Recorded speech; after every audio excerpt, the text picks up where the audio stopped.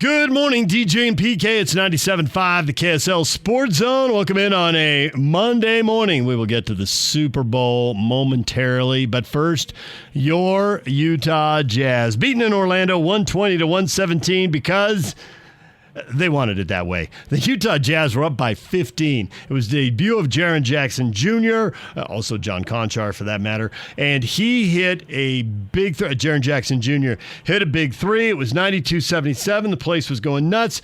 You could see all the promise. You could see everything happening just the way it was supposed to. And then Markkanen and Jaren Jackson Jr. and Yusuf Nurkic went to the bench, and the Jazz, who were playing with a ton of size, and it was bothering Orlando, especially in the second quarter when Orlando only scored 21 points. Well, with those guys sitting down, Orlando comes roaring back and wins the game 120-117. So the debut of Jaren Jackson Jr. and Vince Williams Jr. and John Conchar is a loss, but if you're a Jazz fan, you can't help but see the possibilities. Jaren Jackson Jr. has a certain gravity out there on the offense end of the court. So does Lauri Markkanen. And, man, they went berserk. Markkanen had 27 points in 27 minutes before he got pulled. Jackson, 22 points in 25 minutes before he got pulled. And as a team, the Jazz, with all that length, all that size, and all that athletic ability, out-rebounded Orlando 55-38. That's a lot of extra possessions. That's a lot of extra shots. Orlando could not get second shots. They only had one at halftime. They only had 3 offensive rebounds in the game, while the Jazz had 12. So, what did the head coach Will Hardy think? Here he is with the media after the game. Obviously adding 3 new faces into the mix and trying to bring them along. I thought the team competed at a really high level. I thought, defensively through 3 quarters, they had 28 points in the paint. The end of the third quarter, we're up 15 and they made a little run. I thought we got 4 good corner 3 looks and didn't make any of them. But the reality of tonight's game is that they had 39 points off our turnovers. And when we executed in the half court and we're able to keep them out of transition playing off of turnovers, our defense was pretty good tonight. So a lot to be excited about. I thought that, Jaren and John and Vince did great for their first night with us. I thought the first group playing with Jaren, Lauri, Nurk, Ace, Keontae had a few clunky moments offensively, which is to be expected. But I think there's a lot to build on. What impressed you about Jaren out there that maybe you didn't know about his game before? Or was it what you kind of expected? He's been a really good player for a while, has shown a variety of ways to attack offensively. Obviously we tried to move him around a little bit tonight, and we're still trying to get a feel for different things that we can do with him. He's got great touch, like that little push shot, half floater, half hook that he shoots with both hands is a weapon. I thought the size that he provides with Nurk and Lauri defensively made it hard for Orlando to score in the paint. He only took 5 threes. I think he didn't settle tonight, which I thought was great. He played with a lot of force. I think there's a lot to build on there. With him, does the threat of that scoring you mentioned open up things for Lauri? I would think so.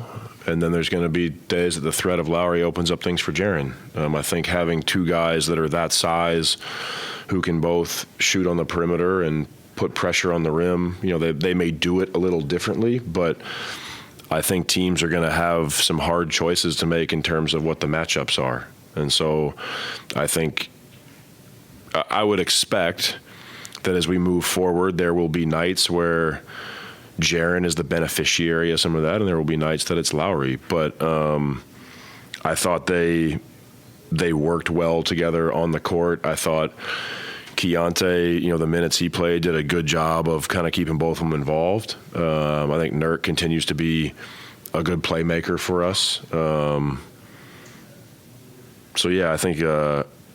think those 2 are actually a great pairing on both sides of the floor. Do you know much about Keontae's ankle severity at this point?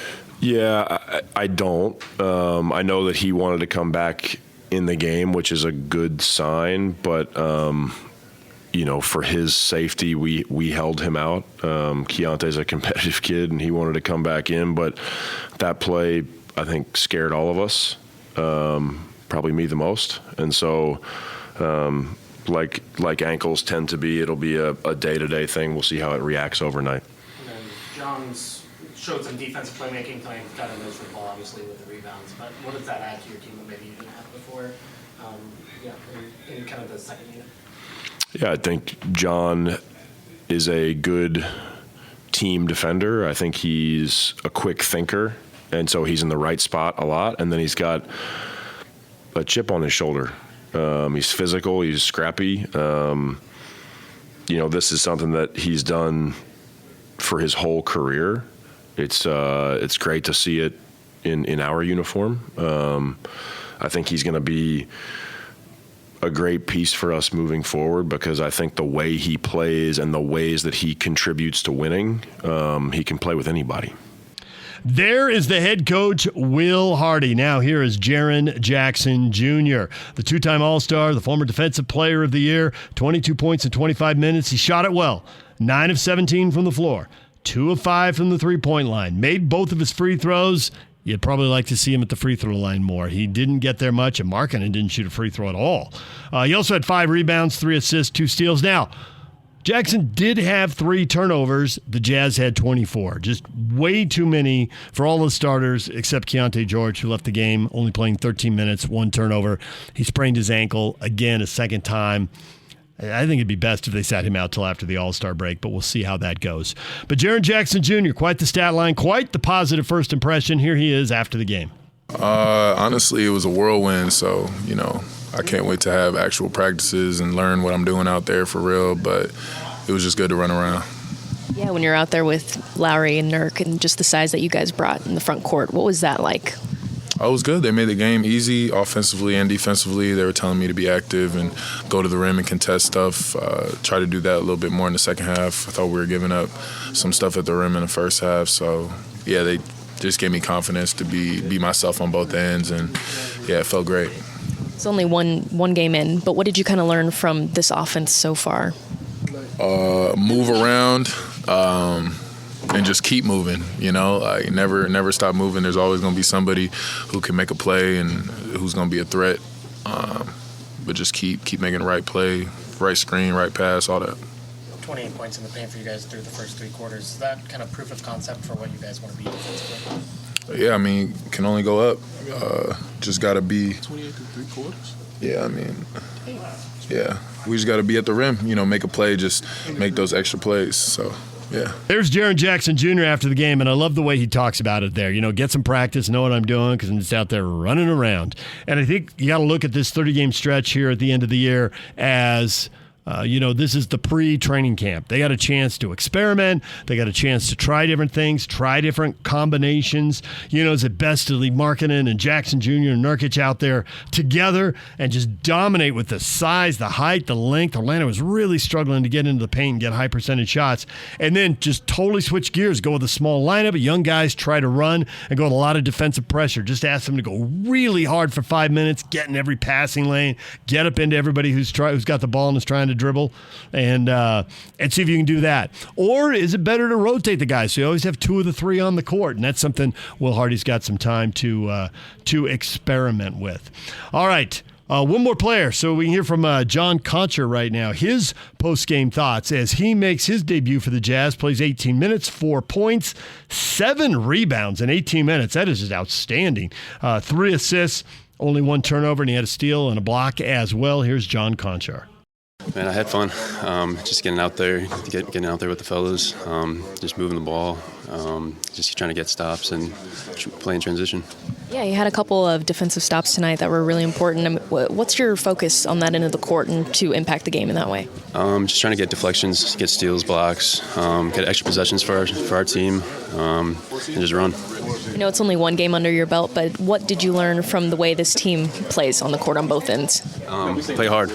It's fun. The ball moves really well. Back cutting, and I'm excited about it. It was a fun game. What do you want fans to know about you and your game? Just a defensive minded guard. I make the open three. But yeah, just a big time defense. What do you know about Will Hardy coming in and kind of how the conversation's been like with him so far? I'm excited for him to coach me. He's been very good, and just trying to be good on defense for him and go for it. Kind of the fit between Lowry and Jaren has kind of been the talk after the trade, just the length and kind of versatility you guys have. But what do you think how that fit kind of in this first game and how it will for the rest of the year? The defense was good with both of them. I mean, and then Nurkic was out there too with all three of them. That's three big guys. So just going out there and the offense was rolling too, and it was fun. Do you prefer Jazz fans call you Jitty as well, or is that only in Memphis? I think there's 7 years of Jitty from Memphis, so yeah, that's cool with me, Jazz fans. All right, there's John Concher here from another one of the new guys. The Utah Jazz fall to the Orlando Magic, 120-117. The Jazz are back in action tonight in Miami against the Heat. Then they got 2 home games. And then by Friday, everybody will be on the way to their All-Star break and their time off and all that sort of thing. So 3 games left now before the All-Star break, including tonight in Miami. All right. There's the Best of the Jazz postgame show. We'll take a break. When we come back, let's get to the Super Bowl. We'll do that. Stay with us, DJ and PK. A lot of college basketball to get to, too. We'll do that next. Stay with us right here on The Zone.